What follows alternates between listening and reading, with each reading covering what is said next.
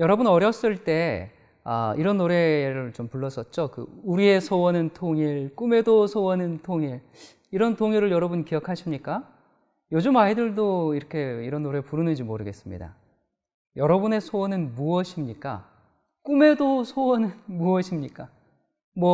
인생 역전 로또 한 방이에요? 무슨 소원을 갖고 계십니까? 저의 소원, 꿈에도 소원은 내 사랑하는 예수님의 성품을 담는 것입니다. 영감의 글에는 이렇게 누차 강조하고 있습니다. 예수께서는 당신과 같게 되라고 우리에게 명하신다. 당신의 자녀들에 대한 하나님의 이상은 가장 높은 인간의 생각이 도달할 수 있는 것보다 더 높다. 거룩한 기질, 그리스도와 같은 생애가 모든 회개하고 믿는 하나님의 자녀에게 이루어질 수 있다. 그리스도인 성품의 이상은 그리스도와 같이 되는 것이다. 예수의 성품은 우리의 것이 될 수 있다. 여러분, 엄청난 약속이죠. 아니, 우리가 예수님처럼 살 수 있다니. 아니, 예수님처럼 죄를 짓지 않고 예수님처럼 온유하고 거룩한 성품을 소유할 뿐만 아니라 예수님께서 행하셨던 그런 기사와 이적들을 우리도 할 수 있을까? 아마 어떤 분들은 아니, 우리 보고 하나님 되라는 얘기입니까? 그 얘기가 아닙니다. 자, 여러분, 예수님은 하나님이십니까? 하나님이세요? 아니에요? 하나님이시죠. 그분은 100% 하나님이십니다. 그리고 또 예수님은 인간이십니까? 그렇죠. 그분은 또 100% 인간이십니다. 여러분, 이것은 신비입니다. 아니, 어떻게 하나님이 사람이 될 수 있을까? 이것은 신비지만 사람이 되시긴 하셨는데 어떠한 사람이 되셨는가? 이것은 끊임없는 우리의 연구 주제가 되어야 합니다. 여러분, 우리가 예수님의 하나님 되심은 우리의 이해로 다 깨달을 수가 없습니다. 한 달 동안 성경 연구를 해도 예수님의 그 신성을 어떻게 다 이해하겠습니까? 아니, 평생을 연구해도 우리가 하나님을 어떻게 다 이해하겠습니까? 여러분, 그것은 불가능한 것입니다. 오늘은 예수님의 신성이나 또는 하나님 되심에 대한 말씀이 아니라 이 땅에서 인간으로 생애하신 예수님에 대해서, 그리고 그 예수님을 따라서 우리도 그렇게 살 수 있는가에 대해서 좀 나누어 보고 싶습니다. 베드로후서 1장 4절에 보면 이로써 보배롭고 지극히 큰 약속을 우리에게 주사 이 약속으로 말미암아 너희로 정욕을 인하여 세상에서 썩어질 것을 피하여 신의 성품에 참여하는 자가 되게 하려 하셨으니. 자, 여기 보니까 우리가 예수님과 같은 성품을 가질 수 있고 예수님처럼 살 수 있다, 신의 성품에 참여하는 자가 된다라고 놀라운 특권이고 엄청난 약속을 지금 하고 계십니다. 자, 그럼 이 땅에 오신 예수님께서 어떻게 이 세상에서 사셨고 또 우리가 어떻게 예수님처럼 살 수 있는가? 누가복음 4장 18절과 19절입니다. 주의 성령이 내게 임하셨으니 이는 가난한 자에게 복음을 전하게 하시려고 내게 기름을 부으시고 나를 보내사 포로된 자에게 자유를, 눈먼 자에게 다시 보게 함을 전파하며 눌린 자를 자유케 하고 주의 은혜의 해를 전파하게 하려 하심이라 하였더라. 자, 여러분, 이것이 예수님께서 사셨던 생애입니다. 주의 성령께서 예수님께 임하심으로 가난한 자에게 복음을, 포로된 자에게 자유를, 눈먼 자를 보게 하고 눌린 자를 자유케 하고 주의 은혜의 해를 전파하셨습니다. 자, 여러분, 우리가 예수님처럼 사는 게 가능할까요? 여러분, 예수님은 하나님이시지만 인자, 사람의 아들로 이 땅에 오셨죠.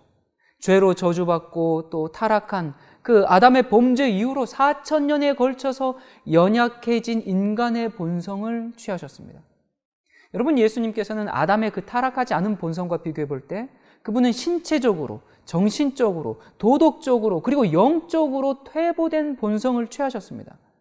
그럼에도 불구하고 죄를 짓지 않으셨습니다. 여러분, 예수님을 잉태한 마리아 죄가 있어요, 없어요? 있죠. 마리아 죄가 있죠. 그 마리아의 몸에 성령으로 잉태하셨습니다. 마리아의 난소의 착상에서 마리아의 몸에서 자라나셨어요. 여러분, 우리 몸에 이물질이 들어오면 몸이 어떻게 됩니까? 몸은 이제 즉각 반응을 하게 되죠. 뭐 눈에 티가 들어가면 눈물이 나죠. 뭐 감기 걸리면은 막 재채기하고 콧물 나고 막 몸이 으슬으슬 떨리고 막 그러지 않습니까? 또 임신을 하면요, 구토를 할 것 같고 막 신게 먹고 싶고 막 그러지 않습니까? 여러분, 그런데 이 마리아가 전혀 감당할 수 없는 엄청난 그 어떤 신비한 세포가 마리아의 몸속으로 들어왔어요.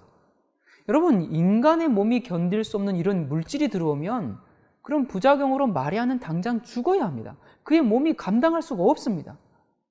여러분, 죄인인 우리가 하나님을 보기만 해도 그 영광의 광채 때문에 인간이 살 수가 없는데 그 영광의 본체이신 하나님께서 인간의 몸속으로 들어가셨어요. 둘 중 하나의 선택입니다. 마리아가 신이 돼서 그 세포를 충분히 이겨낼 수 있게 되든지, 아니면 예수님께서 연약한 인간의 몸에 적응하도록 잉태되시든지.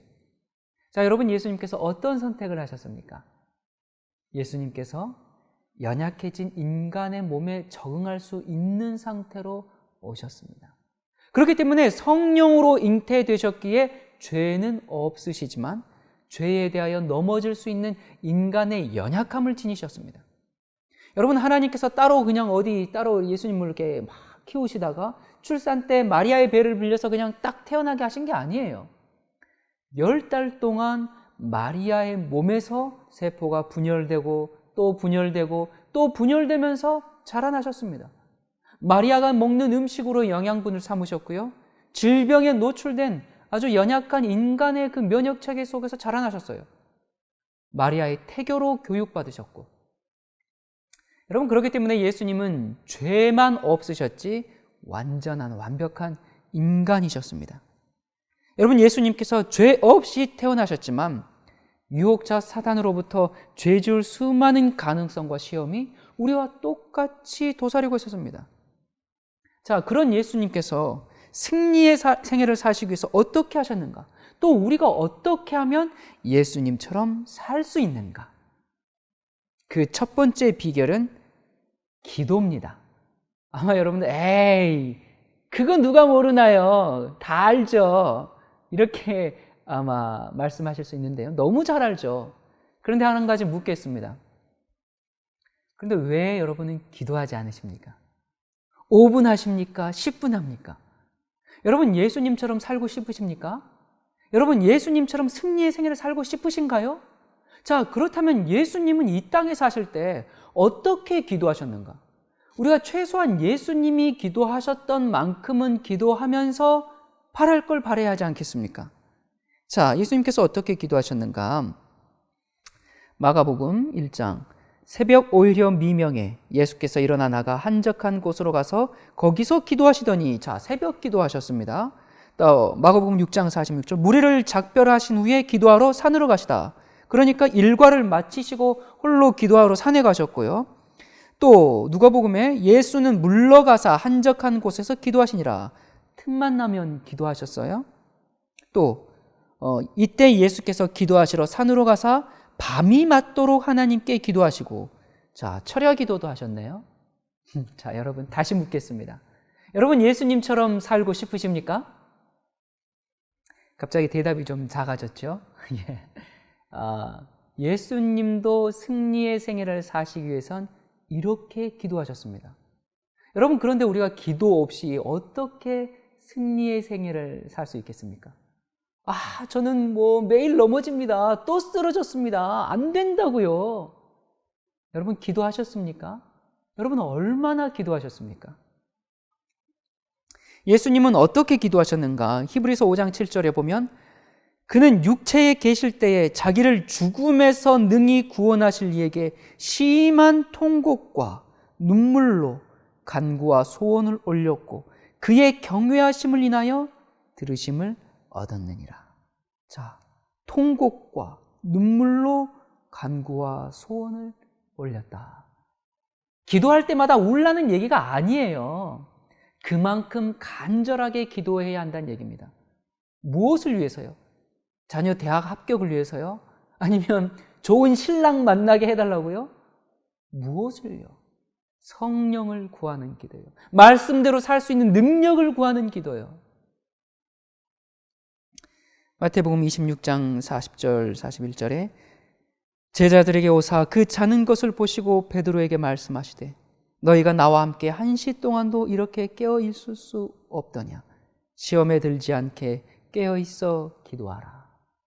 뭐하지 않게 뭐하라고요? 시험에 들지 않게 깨어 있어 기도하라. 여러분, 하나님께서는 우리의 기도에 귀를 기울이시는 분이에요. 우리를 돕기 위해서, 악한 자로부터 구원하시기 위해서 항상 천사들을 보내시는 분입니다. 여러분, 우리의 기도 소리에 이 사탄의 타락한 군사들이 떨고 도망을 가요. 여러분 한번 생각해 보세요. 아주 짙은 먹구름이 이제 하늘에 껴 있습니다. 한 사람은 열렬히 기도합니다. 정말 간절히 기도합니다. 그리고 한 사람은 하나님 혹시 시간 있으시면 좀 도와주시겠어요? 뭐 이런 태도로 기도하고요. 자, 그러면 여러분, 누구의 기도가 그 먹구름을 뚫고 하늘로 올라가겠습니까?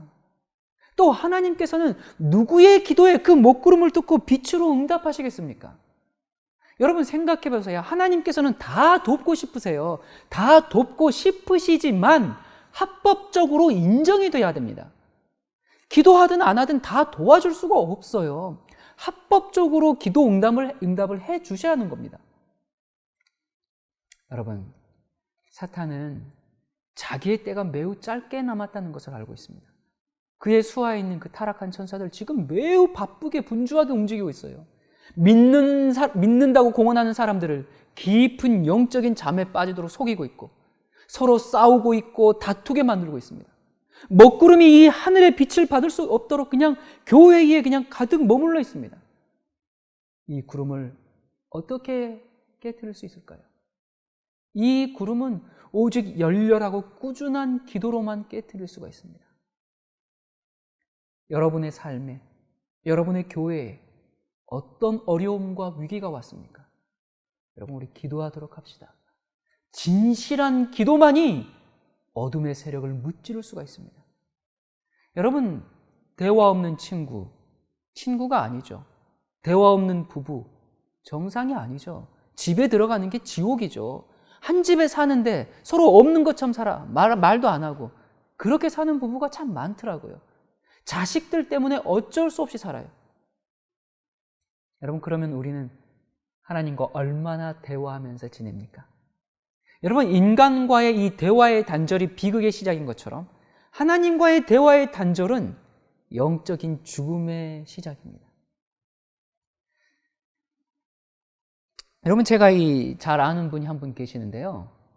한 번은 두 번이나 어떤 젊고 예쁜 자매가 유혹하는 일이 있었다고 합니다. 정말 아무도 없고 마음만 먹으면 얼마든지 유혹에 넘어갈 수 있는 그런 상황이에요. 근데 그 자매가 유혹을 해오는데 그때 그 그리스도와 사탄 사이에 이 선악의 대쟁투가 보이면서 사시나무 떨듯이 두렵고 떨리는 경험을 했다 그러더라고요.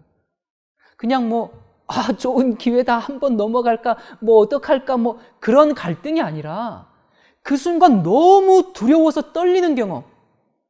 내 의지로, 죄를 짓지 말아야지, 주님 도와주세요. 그런 게 아니라 즉시 사탄아 물러가라. 물론 사탄아라고는 안 했지만 즉시 마음에 그 음성이 들리면서 즉시로 물리쳤다는 거예요.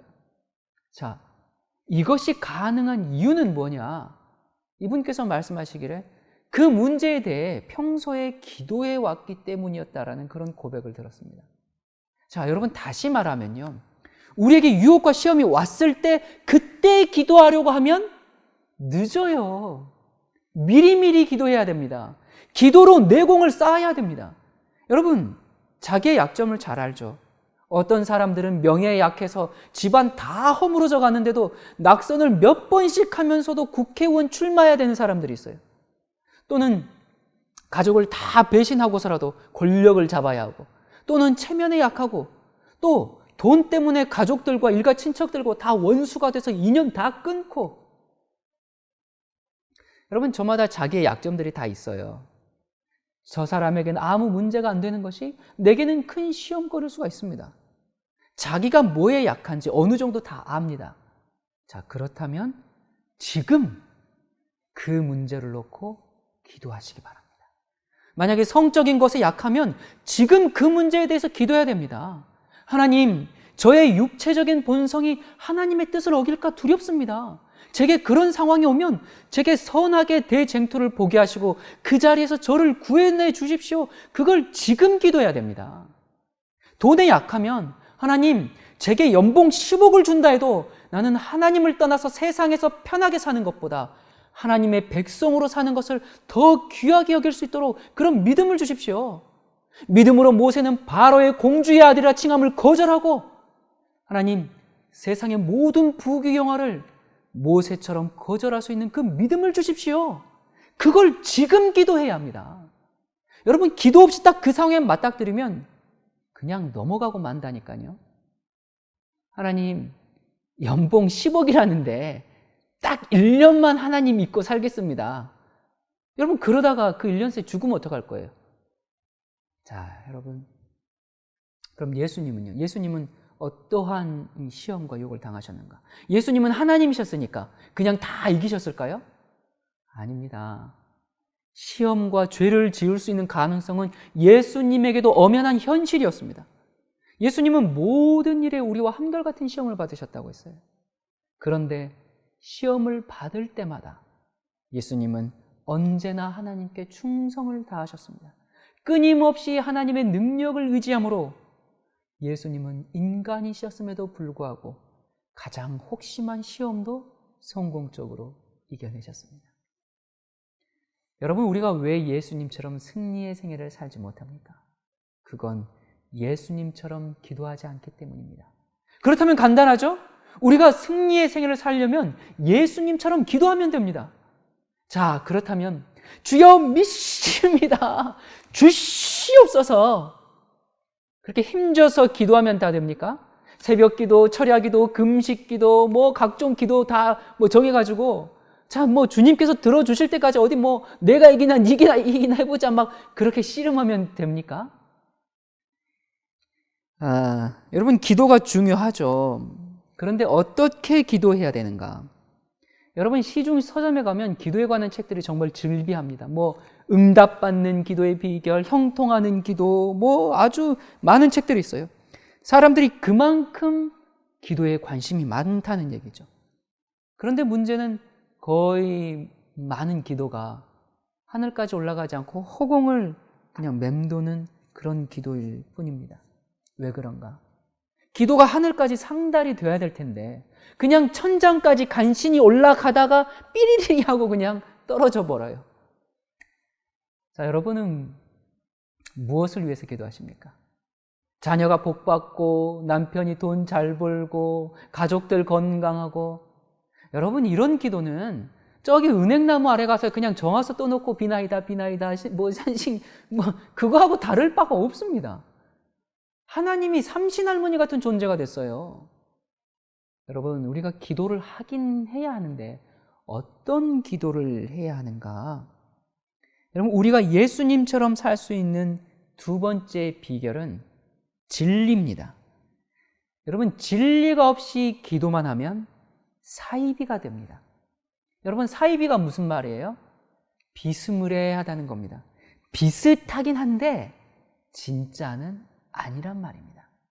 여러분, 성경을 연구하지 않고 기도만 하면 뭐가 돼요? 광신자가 됩니다. 사이비가 됩니다. 여러분, 아무리 아름답고 매력적인 것일지라도 성경의 가르침에 위배되는 것을 따를 때 사이비가 되는 것입니다. 자, 그렇다면 죄송한 말씀입니다만 오늘날 대부분의 기독교가 거의 사이비입니다. 여러분, 제가 이상한 얘기를 하고 있죠? 아마 여러분들이 아니 당신이 이단 같은데 누구 보고 이단이야? 그렇게 묻고 싶으시죠? 여러분, 이 진리는 거의가 아니라 항상 전부여야 합니다. 여러분이 믿고 있는 교리와 신조가 성경에서 나온 것인지 그냥 교회의 전통과 신학자들의 얘기인지 한번 따져보시기를 좀 바랍니다. 여러분이 디모데전서에 하나님은 모든 사람이 구원을 받으며 진리를 아는 데 이르기를 원하신다고 했습니다. 그래서 요한복음에 진리의 성령이 오시면 그가 너희를 모든 진리 가운데로 인도하신다고 하셨습니다. 그래서 예수님의 기도도 저희를 진리로 거룩하게 하옵소서라고 기도하셨고, 사도 바울도 성령의 거룩하게 하심과 진리를 믿음으로 구원을 얻는다고 말씀하셨습니다. 자, 진리가 무엇인가? 아버지의 말씀은 진리니이다. 또 내가 곧 길이요 진리요 생명이라고 하셨습니다. 그러니까 진리는 예수 그리스도 자신이고 또 그분의 말씀이에요. 진리로 말미암지 않고는 아버지께 갈 수가 없고 진정한 영적인 체험을 할 수도 없습니다. 사람이 떡으로만 살 것이 아니요 하나님의 입으로 나오는 모든 말씀으로 살 것이니라 하셨습니다. 여러분, 예수님께서 광야에서 시험 받으실 때 무엇으로 승리하셨습니까? 어떤 하나님의 권능으로 승리하셨어요? 성경에 기록되었으되 하나님의 말씀인 무엇으로? 진리로. 여러분, 예수님은 하나님께서 무엇을 하실 수 있는가를 보여주기 위해서 이 땅에 오신 것이 아니라 하나님을 믿는 믿음을 통해서 인간이 무엇을 할 수 있는지를 보여주기 위해서 오셨습니다. 뭐라고요? 방금 뭐라고 말씀드렸죠? 하나님께서 무엇을 하실 수 있는지를 드러내기 위해서 이 세상에 오신 것이 아니고 하나님을 믿는 믿음을 통해서 인간이 무엇을 할 수 있는지를 보여주기 위해서 예수님께서 이 땅에 오셨다고요. 여러분, 예수님은 인간이, 우리들이 하나님의 계명을 지킬 수 있는 그 동일한 방법으로 계명을 지키실 수 있으셨습니다. 다른 힘으로가 아닙니다. 여러분, 다시 묻겠습니다. 여러분, 예수님께서 사탄의 시험을 어떻게 이기셨죠? 무슨 파워 하면서 장풍을 뿜으심으로 그렇게 하셨습니까? 그렇게 승리하셨나요? 아니죠. 어떻게 하셨습니까? 기록되었으되 성경 말씀으로 사탄의 유혹을 저항하셨습니다. 여러분, 이 말씀의 힘은 이 땅에서 시험을 당하는 모든 사람들이 가질 수 있는 특권인 것입니다. 모든 사탄의 시험과 유혹에 대항해서 우리가 굳게 설 수 있도록 우리에게 풍부한 준비가 이미 이루어졌습니다. 우리는 사용하기만 하면 되는 것입니다. 여러분, 지금 제가 여기 이렇게 서 있고 또 지금 물건들이 이렇게 하늘로 동동 떠다니지 않고 이렇게 제자리에 있는 이유가 무슨 힘 때문이에요? 지구의 중력 때문이죠. 지구가 끌어당기는 힘이 있기 때문에 우리가 날 수가 없는 것입니다. 만유인력의 법칙이죠. 자, 여러분, 마찬가지로 우리에게도 늘 죄를 범하게 하는 죄의 중력이 있습니다. 자꾸 나를 죄로 늘 끌어당기려고 합니다. 나를 그 수렁으로 데려가려고 계속 끌어당기고 있습니다. 기도하지 않고 말씀을 읽지 않으면, 내게 진리가 없으면 죄의 중력을 이기기가 힘듭니다. 그러다 보면 괜히 사소한 것에 목숨을 걸려고 하는 때가 많아요. 이 차가 앞차 나를 추월해? 아니, 내가 먼저 왔으니까 네가 먼저 비켜 하면서 막 속도를 내기 시작하죠. 또 우리 자매님들, 파마가 잘 안 나왔습니까? 속상하고 분통해서 미용실 아줌마에 가서 따질 거예요? 여러분, 왜들 그러세요? 우리 사소한 것에 목숨 걸지 말도록 합시다. 여러분, 혹시 평생 번 돈 다 사기당하셨습니까? 괜찮아요. 그것도 다 사소한 겁니다. 조금 있으면 사기당하지 않아도 국가가 통째로 그냥 다 회수해 갈 때가 됩니다. 조금 있으면 모든 게 다 쓸 데가 없습니다. 여러분, 우리가 곧 하늘에 갈 텐데 모든 것이 다 사소한 것입니다. 여러분, 우리가 진실한 그리스도인이라면 여러분의 성질대로 살고 싶지 않죠? 변화되고 싶으시죠? 자, 그런데 가만히 있으면 변화됩니까? 난 변화되고 싶다, 변화되고 싶다. 하루에 1000번씩 마음속으로 외우면 그럼 변화됩니까?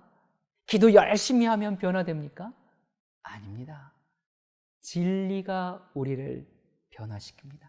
진리의 성령께서 역사하는 사람들은 성경을 읽기 위해서 나의 가장 중요한 시간을 항상 떼어놓는 사람들입니다.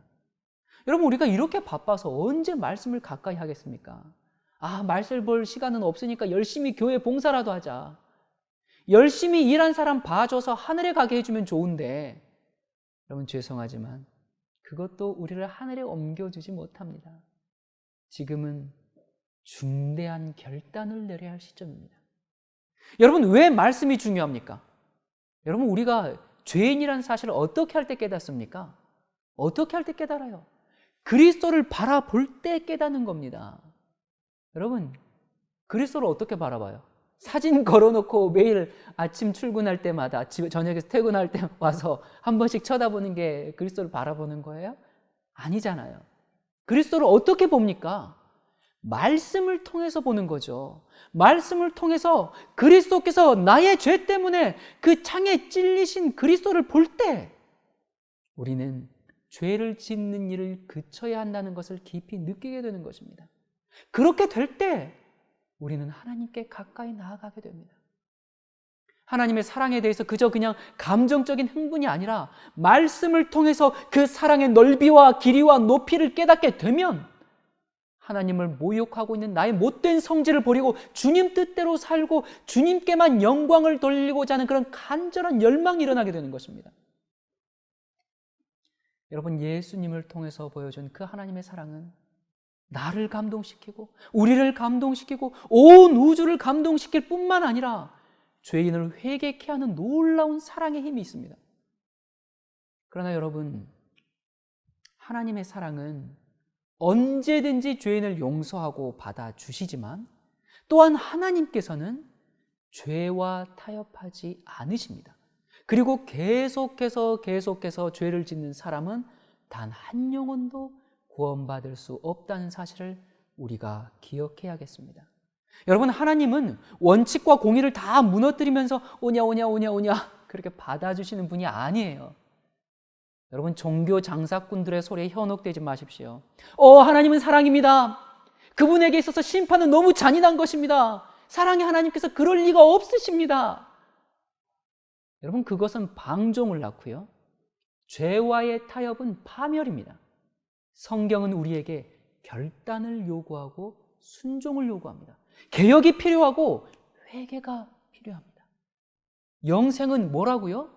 영생은 곧 유일하신 참 하나님과 그의 보내신 자 예수 그리스도를 뭐하는 것? 아는 것이다. 여러분, 예수님을 아는 지식이 우리로 거룩한 생애를 살게 하는 힘이 되는 것입니다. 여러분, 그 지식을 어디서 얻습니까? 그 지식을 어디서 얻어요? 성경에서 얻죠. 여러분, 예수님께서 이 땅에 오셨을 때 어떤 인간으로 오셨는지, 어떤 사람으로 오셨는지 깊이 연구해 보시기 바랍니다. 진리를 알아야 합니다. 제 경험상 예수님이 어떤 인간의 모습으로 이 땅에 오셨느냐를 이해하는 여부에 따라서 우리의 신앙 세계가 완전히 달라집니다. 여러분, 이 문제에 대해서 연구하고 싶으시면 저희들에게 연락 주시기 바랍니다. 자, 우리가 어떻게 예수님처럼 살 수 있는가? 그 세 번째 비결은 성령입니다. 자, 여러분, 예수님께서 40일 동안 광야에서 금식 기도하셨어요. 자, 여러분 생각해 보세요. 예수님께서 인간이셨다면 어떻게 40일간 물 한 모금 마시지 않고 그렇게 금식하면서 기도하면서 살 수 있었을까? 여러분, 그런 생각 안 해봤습니까? 이건 불신이 아니라 의문이죠. 저는 그 부분을 읽을 때마다 아니, 어찌 사람이 물 한 모금 안 마시고 40일 동안 살 수 있을까? 에이, 그러면 그렇지. 예수님은 인간으로 오시긴 했지만 필요할 때는 봐, 이렇게 하나님으로 사셨잖아. 그분의 신성을 종종 이용하셨지. 그러니까 우리가 예수님처럼 산다는 건 불가능해. 그렇죠? 여러분, 그렇습니까? 자, 그런데요, 성경에 보니까 40일간 금식한 사람이 한 명이 또 나오네요. 누구예요? 모세. 자, 여러분, 모세는 사람이에요? 하나님이에요?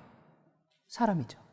그러면 사람인 모세가 40일간 그것도 2번 금식한 모습을 한번 살펴보도록 하십시다. 여러분, 이 신명기는 출애굽기, 레위기, 민수기까지 모든 여정을 다 마친 후에 모세가 죽기 전에 정말 하나님께서 그 이스라엘의 역사를 어떻게 인도해 오셨는지를 쭉 설교한 책이죠. 자, 우리 신명기 말씀 좀 볼 건데요. 모세가 10계명을 받기 위해서 시나이 산에서 40일간 금식하는 모습입니다. 자, 신명기 9장 9절. 그때 내가 돌판들 곧 여호와께서 너희와 세우신 언약의 돌판들을 받으려고 산에 올라가서 40주야를 산에 거하며 떡도 먹지 아니하고 물도 마시지 아니하였더니, 그럼 어쩌겠습니까? 지금 여러분 여기 보니까 40일간 물도 안 마셨어요. 여러분 모세가 하나님이에요? 여러분 이게 어떻게 가능할까요? 자, 그거 제가 조금 이따가 더 이야기 나누겠습니다. 자, 이렇게 하고 내려왔는데 모세가 없는 사이에 백성들이 뭐 하고 있었어요? 금송아지 만들어 놓고 춤추고 노래하고 난리에 난리 지금. 여러분 이스라엘 백성들 지금 해도 너무합니다 진짜. 그새 또 하나님을 거역합니다. 자, 그래서 이 하나님께서 뭐라고 말씀하셨는가? 출애굽기 32장 9절 10절. 여호와께서 또 모세에게 이르시되 내가 이 백성을 보니 목이 곧은 백성이로다. 그런즉 나대로 하게 하라. 내가 그들에게 진노하여 그들을 진멸하고 너로 큰 나라가 되게 하리라. 여러분 모세는 지금 편안한 심정이 아니에요. 이 반역을 밥 먹듯이 하고 백성들은 모세에게 불평불만이 가득하고. 자, 여러분 얼마나 골치가 아프겠습니까? 여러분이 모세라면 어떻게 하겠습니까? 그 눈에 가시 같은 사람들 때문에 이 속이 상해 있는데 그때 하나님께서 그래 박 집사, 그래 김 장로, 이 목사, 이 형제, 아휴 저 못된 사람들 다 심판하고 새롭게 일을 시작하자. 여러분 그러면 어떻게 하겠어요? 아이고 하나님 감사합니다. 드디어 제 기도를 들으시는군요. 여러분 그렇게 기도하지 않으시겠습니까? 그런데 모세가 뭐라고 하는가? 여기서부터 모세의 진가가 발휘되기 시작합니다. 출애굽기 32장 11, 12절 그 뒤에 모세가 그 하나님 여호와께 구하여 가로되 여호와여 어찌하여 애굽 땅에서 인도하여 내신 주의 백성에게 진노하시나이까? 어찌하여 애굽 사람으로 이르기를 여호와가 화를 내려 그 백성을 산에서 죽이고 지면에서 진멸하려고 인도하여 내었다 하게 하려 하시나이까? 주의 맹렬한 노를 그치시고 뜻을 돌이키사 주의 백성에게 이 화를 내리지 마옵소서. 자, 이 모세의 간구로 이스라엘 백성인들이 전부 진멸되진 않았지만 이 죄로 인해서 한 3,000명가량이 이제 죽임을 당하게 됐죠. 그리고 모세가 다시 기도합니다. 32장 31절 32절 여호와께로 다시 나아가 여짜오되 슬프도소이다. 이 백성이 자기들을 위하여 금신을 만들어 싸우니 큰 죄를 범하였나이다. 그러나 합의하시면 이제 그들의 죄를 사하시옵소서. 그렇지 않사오면 원컨대 주의 기록하신 책에서 내 이름을 지워버려 주옵소서.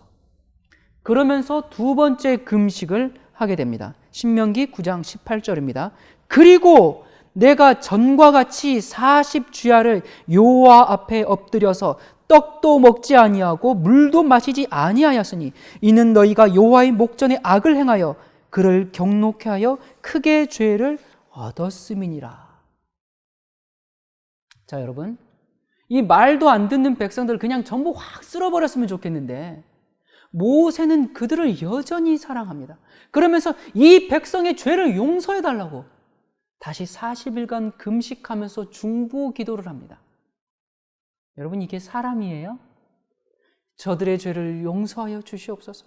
그렇지 않으면 내 이름을 생명책에서 지워주십시오. 자, 여러분 묻겠습니다.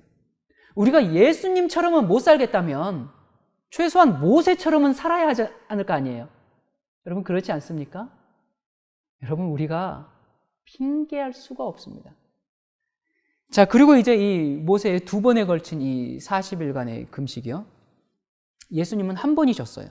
그런데 모세는 두 번이나 40일간 물 한 모금 먹지 않는 금식을 했습니다. 자, 그러면 모세는 신이에요? 여러분 인간인 모세가 어떻게 그렇게 할 수 있었을까? 여러분 모세는 구속의 경륜을 알았습니다. 여러분 구속의 경륜이 뭐예요? 하나님이 인간을 위해서 대신 죽으실 것이라는 그 사실을 알았다 그 말입니다. 어떻게 알았을까? 여러분 창세기 누가 기록했어요? 모세. 아담과 하와가 범죄한 후에 하나님께서 그 가죽옷을 지어서 입히실 때 양이 죽은 것처럼 하나님 자신이 여자의 후손이 되어서 나를 위해 죽으실 것이라는 사실을 인류 최초로 기록한 사람입니다. 여러분 모세가 그 말씀을 기록하면서 아마 이 손이 부들부들 떨렸을 것입니다. 아마 한자 적고 적지를 못했을 거예요. 책이 눈물로 범벅이 돼서 몇 번이고 다시 썼을 것입니다. 여러분 상상을 해보세요. 이제 써야 돼요. 야훼께서 야훼께서 하나님이 나를 위해 내 후손으로 오셔서 친히 사람이 되셔서 죽다니. 여러분, 모세가 광야에서 뱀을 든 것 같이 인자도 들려야 하리니. 모세가 놋뱀을 장대에 매달았을 때 그리스도께서 온 백성을 위해서 그렇게 죽으실 것을 모세는 알았습니다. 주께서 이렇게 매달리시나이까 그 사랑을 경험한 사람입니다. 그 사랑에 압도돼서 한동안 정신을 못 차렸을 것입니다. 백성들이 죄를 씻기 위해서 양을 가지고 오면 그 양을 볼 때마다 예수님 생각나서 울었을 것입니다. 주여, 여호와여, 주께서 이렇게 우리를 위해서 죽으시나이까? 그 사랑을 가슴에 충만히 경험한 사람입니다. 여러분, 모세가 어떤 사람이었어요? 자기 감정을 억제하지 못하고 사람을 돌로 쳐서 죽였던 사람이죠. 그런 모세가 이 회개할 가능성이 없는 이 파렴치한 백성들을 위해서 죽기를 각오하고 기도하는 이 모습, 여러분, 우리 어디서 많이 보지 않았습니까? 모세가 지금 누구 따라한 것인가? 베드로전서 1장 10절에 보면 이런 말씀이 있습니다. 이 구원에 대하여는 너희에게 임할 은혜를 예언하던 선지자들이 연구하고 부지런히 살펴서 자기 속에 계신 그리스도의 영이 그 받으실 고난과 후에 얻으실 영광을 미리 증거하여 어느 시 어떠한 때를 지시하는지 상고하니라. 자, 무슨 말씀이에요? 모세가 말씀을 부지런히 연구하고 살펴서 그리스도의 영이 그 안에 계셨다라고 말하고 있습니다. 그리스도의 생애와 그리스도께서 십자가에서 죽으실 것을 자세히 연구했다고 했습니다. 여러분, 지면에서 모세보다 온유한 사람이 없다고 하는데 모세의 온유함, 그거 누구 흉내낸 겁니까? 자신을 배반하여서 팔 제자, 자신을 욕하며 저주까지 할 그 제자들을 끝까지 사랑하시고 당신이 창조한 그 인간 자식들에서 침뱉음 당하시고 못 박혀 죽기까지 사랑한 예수님 따라한 것입니다. 모세는 성령이 충만했습니다. 성령이 충만하면 자기를 죽이려고 하는 사람들도 용서하고 사랑하게 됩니다. 모세가 이 두 번의 금식을 마치고 천명한 말이 있습니다. 신명기 11장 13, 14절. 내가 오늘날 너희에게 명하는 나의 명령을 너희가 만일 청종하고 너희 하나님 여호와를 사랑하여 마음을 다하고 성품을 다하여 섬기면 여호와께서 너희 땅에 이른비와 늦은비를 적당한 때에 내리시리니 너희가 곡식과 포도주와 기름을 얻을 것이요. 자, 성경 맨 처음으로 이른비와 늦은비에 대해서 언급합니다. 여러분, 이 이른비와 늦은비는 성령의 사역을 표상합니다. 모세는 성령의 사역을 알았고 성령 충만을 경험했습니다. 여러분, 성령의 능력이 뭐예요? 병자를 고치고 귀신 쫓아내고 그겁니까? 방언하는 겁니까? 아닙니다, 여러분. 저는 방언으로 노래도 해봤어요. 하지만 제 삶은 변화되지 않았습니다. 기하성, 그 순복음교단이죠. 제가 그 기하성 어느 총회장과 총회장님 같은 대화를 나눈 적이 있는데 그분이 이래요. 방언하고 성령 받았다는 사람들이 교회에서 제일 골치여가지고 그 문제 때문에 목회자들이 모여서 도대체 왜 그러는가 그렇게 회의까지 했다는 얘기를 제가 들었습니다. 왜 그런가요? 그게 성령이 아니기 때문에 그렇죠. 그것이 성령 받은 증거가 아니니까 그렇죠. 성령 충만은 하나님의 사랑에 이끌려서 사는 것입니다. 그래서 그 사랑 때문에 내가 살고 그 사랑이 다른 사람에게 흘러나가는 것. 그 사랑을 위해서는 어떤 헌신도 아깝지 않고 어떤 순종도 가벼운 것입니다. 그것이 성령 충만입니다. 여러분은 성령 충만하십니까? 여러분, 인간으로 오신 예수님은 늘 성령 충만을 경험하면서 사셨습니다. 하나님이 어떠한 분이신지 아는 거예요. 하나님의 사랑이 어떤 것인지 아는 거예요. 하나님의 사랑이 그 안에 있었기 때문에 죄를 이길 수 있었고 하나님의 뜻대로 하나님의 말씀대로 살 수 있었던 것입니다.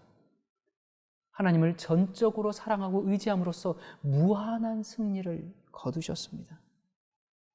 죽은 자를 살리신 것도 그냥 뚝딱하고 하신 게 아니에요. 우리가 요한복음 11장에 보면 나사로를 살릴 때 이렇게 기도하시죠. 돌을 옮겨 놓으니 예수께서 눈을 들어 우러러 보시고 가라사대 아버지여 내 말을 들으신 것을 감사하나이다. 항상 내 말을 들으시는 줄을 내가 알았나이다. 그러나 이 말씀 하옵는 것은 둘러선 무리를 위함이니 곧 아버지께서 나를 보내신 것을 저희로 믿게 하려 함이니이다.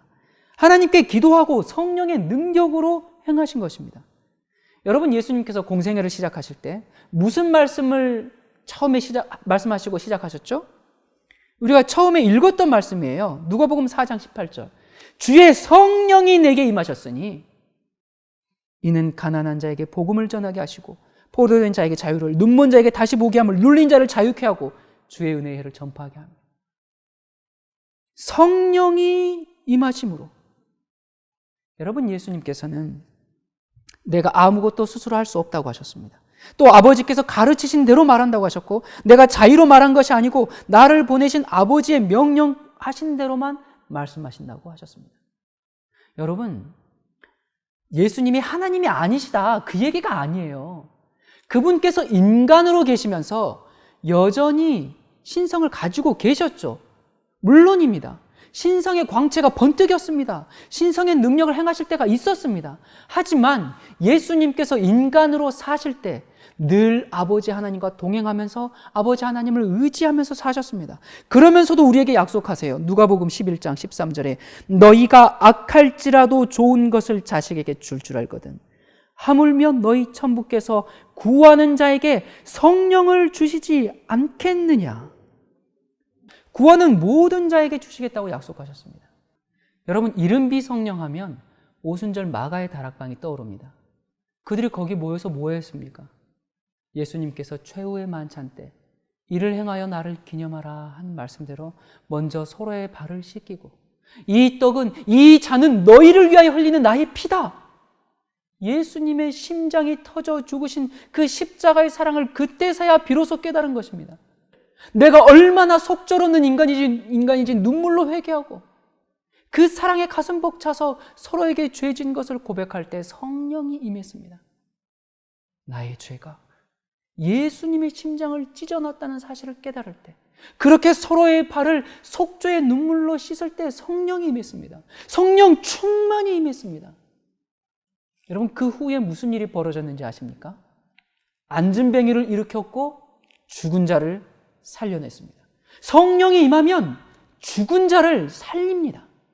자, 여러분, 예수님도 모세도 제자들도 가능했습니다. 그렇다면 우리는요? 우리도 성령으로 충만하게 될 수 있습니다. 어떻게 그것이 가능할까? 예수님처럼 살 수 있는 생애의 그 네 번째 비결입니다. 그것은 하나님의 사랑을 경험해야 합니다. 에베소서 3장 18, 19절에 능히 모든 성도와 함께 지식에 넘치는 그리스도의 사랑을 알아. 그 넓이와 길이와 높이와 깊이가 어떠함을 깨달아 하나님의 모든 충만하신 것으로 너희에게 충만하게 하시기를 구하노라. 여러분, 이것은 약속입니다. 하나님의 사랑의 넓이와 길이와 높이와 깊이가 어떠한지 깨달은 사람은 하나님의 모든 충만한 삶, 성령 충만한 삶, 예수님처럼 사는 것입니다. 여러분, 오늘날 많은 목사들이 병자를 치유한다고 하죠. 기적을 행한다고 그렇게 떠듭니다. 여러분, 기적이 모두 성령의 역사라고 착각하지 마십시오. 사탄도 기적을 행합니다. 사탄도 각종 치유를 하지만 하나님을 사랑하지는 않습니다. 여러분, 지금 우리는 무서운 시대에 살고 있어요. 그리스도의 이름으로 많은 능력을 행하지만 정말 하나님의 역사하심일까? 여러분, 지금은 기만의 시대입니다. 깨어나야 합니다. 여러분은 어떻게 예수님을 믿게 되셨습니까? 예수 안 믿으면 천년만년 지글지글 타는 지옥불에서 고생할 겁니다. 여러분, 그래서 믿게 되셨습니까? 예수 믿으면 이 땅에서도 복받고 하늘도 공짜로 얻습니다. 그래서 믿게 되셨습니까? 여러분, 이건 성경의 가르침이 아닙니다. 여러분, 우리가 어떻게 예수님을 믿게 되었고 어떻게 죄를 미워하게 되었으며 또 어떻게 거듭나게 되었습니까? 보라, 아버지께서 어떠한 사랑을 우리에게 주사 하나님의 자녀라 일컬음을 얻게 하셨는고, 우리에게 베푸신 그 이해하지 못할 그 사랑과 그 희생과 그 오래 참으심 때문이 아닙니까? 우리가 이 사랑 때문에 우리의 인생을 주님께 바치기로 서약하지 않으셨습니까? 예수님처럼 사는 생애는 성령 충만한 생애입니다. 성령 충만의 생애는 사랑의 생애입니다. 사도 바울은 모든 비밀과 모든 지식을 알고 산을 옮길 만한 믿음이 있고 내 몸을 불사르게 내어줄지라도 사랑이 없으면 내가 아무것도 아니라고 말했습니다. 여러분, 이 성령 충만은 십자가의 사랑에 압도당하는 것입니다. 우리는 그 아래서 아무 할 말이 없는 사람들입니다. 하나님의 사랑이 내게 실제적으로 무엇을 이루었는지를 아는 경험, 십자가를 통해서 주신 그 용서와 회개의 경험, 이 경험, 그리스도의 터진 심장으로부터 흘러나온 그 성령이 내 가슴 속에서도 폭발되는 이 경험을 해야 합니다. 여러분, 이 경험 없이 진리, 계명 순종 아무리 말씀대로 살려고 해보세요. 안 돼요. 여러분, 우리가 하나님의 사랑을 경험하면 다른 사람을 함부로 판단하거나 정죄하지 않습니다. 여러분, 누가 누구를 바리새인이다 또는 방종하는 자다 그렇게 말할 수 있겠습니까? 우리가 그렇게 말하거나 판단할 수 없는 이유는 우리는 유한한 인간이기 때문에 겉으로 드러난 모습만 보기 때문에 그렇습니다. 각 사람의 숨은 동기까지 우리가 볼 수가 없어요. 각 사람의 숨은 동기까지 깊이 통찰하여 보시고 심판하실 수 있는 분은 오직 창조주 하나님밖에 없으십니다. 그런데 우리가 얼마나 자주 하나님의 자리에 앉으려고 합니까? 여러분, 잘못을 범한 사람이 있으십니까? 그를 위해서 나의 체면과 생명까지 버릴 준비가 되었다면 온유함과 사랑스러움을 담아서 이야기해 주십시오. 그리고 사랑의 모본을 보여주세요. 그것이 사람의 마음을 움직이는 능력입니다. 여러분, 우리도 그러한 방법으로 깨우침을 받고 그런 방법으로 감동을 받았고 그래서 우리 인생을 주님께 바치기로 서약하지 않았습니까? 우리가 매일매일 우리 자신을 예수님께 바치고 온유와 사랑과 동정의 옷을 입고 영혼들을 대할 수 있기를 바랍니다. 그 사랑에서 능력이 나옵니다. 메마른 견책과 지적이 아니라 내가 먼저 한 알의 밀알이 되어서 내 자아가 죽는다면 사랑스럽고 선한 열매들이 맺힐 것입니다. 나를 죽이려고 달려드는 사람들을 위해서 오히려 자신의 생명을 내놓으면서 기도할 수 있는 이 경험, 우리에게서 이런 성품이 이루어질 때, 하나님께 대한 온전한 신뢰가 우리를 주장하는 그때 늦은 비 성령을 내려주실 수가 있습니다. 나에게 상처를 준 사람, 우리 가족을 비탄에 빠뜨린 바로 그 사람을 위해서 서운함과 원망의 유혹을 극복하고 진심으로 기도할 때, 그때 늦은 비가 임할 것입니다. 물론 우리가 이 인간적인 감정 때문에 고통스럽고 힘들고 괴로울지라도 이것마저 없다면 우리가 로봇이지 사람이겠습니까? 사람이 아니죠. 그러나 그럴지라도 예수님도 형제들의 비난과 오해로 슬픔과 비애의 생애를 사셨습니다. 영감의 글은 이렇게 기록합니다. 형제들의 불신은 예수께서 우리를 위하여 마신 쓰디쓴 질고의 잔의 일부였다. 그들의 비난은 예수의 골수를 찌르는 듯 하였고 심령은 기진하고 비탄에 젖었다. 이런 일들은 예수의 가시는 길을 가시밭길로 만들었다. 가정에서의 몰이해로 너무 괴로우셔서 그리스도께서는 그런 오해가 없는 곳으로 가셔서 위안을 얻으셨다. 그리스도께서 즐겨 찾아가신 한 가정이 있었는데 그 가정은 나사로와 마리아와 마르다의 집이었다. 믿음과 사랑의 분위기 속에서 예수의 마음은 평안함을 얻으셨다. 그러나 예수의 거룩한 사명을 이해하고 인류를 위하여 지신 짐을 알 수 있는 사람은 세상에 한 사람도 없었다. 그는 종종 홀로 계셔서 하늘 아버지와 교통하실 때에만 위안을 찾으실 수 있었다. 그리스도를 위하여 괴로움을 당하고 심지어 자신의 가정에서까지 오해와 불신을 감내해야 하는 자들은 예수께서도 그와 같은 고충을 겪으셨다는 생각을 함으로 위로를 얻을 수 있을 것이다. 예수께서는 그들을 불쌍히 여기신다. 예수께서는 당신 안에서 우정을 얻고 하늘 아버지와 교통하시는 중에 얻으신 위안을 찾으라고 저들에게 분부하신다. 여러분, 늦은 비 성령은 사방으로 우겨쌈을 당하고 비난과 조롱의 도가니 속에서도 분노하거나 복수하지 않고 하나님께 대한 신뢰로 그 마음에 안식과 쉼이 있는 사람에게 내려지는 인침입니다. 이런 말씀이 있습니다. 그리스도께서는 사람의 마음속에 당신 자신을 재현시키고자 하신다. 그는 이 일을 당신을 믿는 자들을 통하여 하신다. 그리스도인 생애의 목적은 열매 맺는 일이다. 곧 믿는 사람의 마음속에 그리스도의 성품을 재현시키는 것이 그리스도인 생애의 목적이다. 그리스도의 성품이 그분의 백성들 속에 완전하게 재현될 때 그분은 당신의 것을 찾으시려고 이 땅에 강림하실 것이다. 우리에게서 원하시는 하나님의 계획과 목적이 바로 이것입니다. 사랑하는 여러분, 우리는 말씀의 검을 휘둘러서 사람들에게 경각심을 가지게 할 수 있습니다. 조는 사람을 깨울 수도 있습니다. 그러나 사람을 변화시키는 것은 검을 휘둘러서 되는 것이 아님을 우리가 잘 알지 않습니까? 오래 참아주고 기다려주는 그 사랑에서 사람들은 자신들의 죄를 발견하게 됩니다.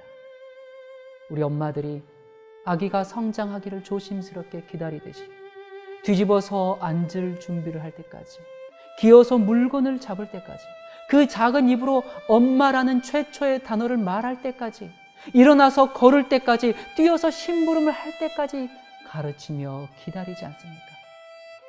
그 시선에, 그 기다림에 사랑이 있지 않습니까? 이것이 영혼을 대하는 우리의 태도가 되어야 될 것이며 하나님께서 우리를 취급하신 방법입니다. 하나님께서 우리를 이렇게 취급하지 않았다면 도대체 살아있을 사람이 누가 있겠습니까? 여러분, 죄를 덮으라는 이야기가 아닙니다.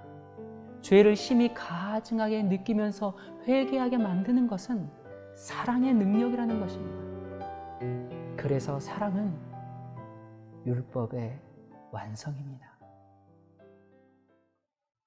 여러분, 예수님처럼 살고 싶으십니까? 그러면 늘 깨어 기도하십시오. 그런데 기도만 하면 안 됩니다. 진리를 알아야 합니다. 아는 것으로 그치면 안 돼요. 하나님 말씀대로 따라 살기로 매일매일 결단해야 합니다. 지금 결단해야 합니다. 더 높은 표준, 더 거룩한 원칙을 마음에 새기고 위를 향하여 전진해야 합니다. 그렇게 예수님을 닮기 위한 간절한 마음으로 기도하면서 성경을 연구하면 성령께서 우리를 예수님의 사랑의 생애로 이끌 것입니다. 예수님의 사랑의 생애. 여러분, 우리가 예수님처럼 사는 생애의 비결은 예수님께서 우리를 어떻게 사랑하셨는지를 아는 데서 시작합니다. 다시요. 뭐라고요? 우리가 예수님처럼 사는 생애의 비결은 예수님께서 우리를 어떻게 사랑하셨는지를 아는 데서 시작한다고요. 여러분, 그 사랑의 경험을 해봐야 예수님처럼 살 수 있지 않겠습니까? 사랑을 받아본 사람만이 사랑을 할 수가 있습니다. 그 사랑에 사무치면 우리도 그렇게 사랑하면서 예수님처럼 살게 됩니다. 여러분, 우리는 신앙의 이론을 선전하는 사람들이 아니라 진리에 변화시키는 능력을 전하는 사람들입니다.